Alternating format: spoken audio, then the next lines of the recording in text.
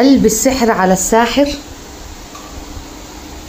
هتتخلص من الأسحار الخاصة بربط والرصد على الأموال بفضل الله وبقوة لا إله إلا الله. في الفيديو ده هعلمك إزاي تفك عقدك بنفسك وتحول السحر إلى طاقة إيجابية وإلى حسنات بفضل وقوة لا إله إلا الله. معكم صابرين والطاقات الإيجابية، القناة الأولى لعلاج الجميع مجانا، وتحياتي لكل زوهرية عامل نور بزور النجوم، لأن القناة دي خاصة بالروحانيين وهي علاجية للجميع. كل الامتنان والمحبة من قلبي لقلوبكم. أولا انت لما بيتعمل لك رصد بتبقى خدمة عن طريق الساحر والجان، فالوقت اللي انت فيه متربط وبتشوف أحلامك وبتشوف العقد، أول حاجة ونقطة في العلاج حي على الصلاة حي على الفلاح. بدون صلاة مفيش فلاح في الحياة. هنتطهر، هنلتزم في الصلاة.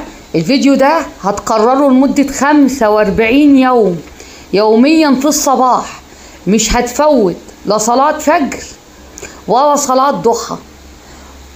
رقم 2 إخراج الصدقات. هقف وأقول يا رب أنا واقفة على بابك افتحهولي، وإنت هتشوف أصلا البشارات من 3 يوم في العلاج، وما توفيقي إلا بالله. وإنت بتجيلك علامات وحاسس إنها هتفرج. كل ده والقناة ووصفها والشرح كامل داخل الفيديوهات، لأني عاملة الفيديو ده شفائي للجميع وفك العقد واسترداد تاني أموالك، لأن الأموال هتنزل عليك وبغزارة، وما توفيقي إلا بالله. حياتي الكل اللي بيدعي الأبي والكل غالي فقد. هصلي على حضرة رسول الله وهنبدأ العلاج.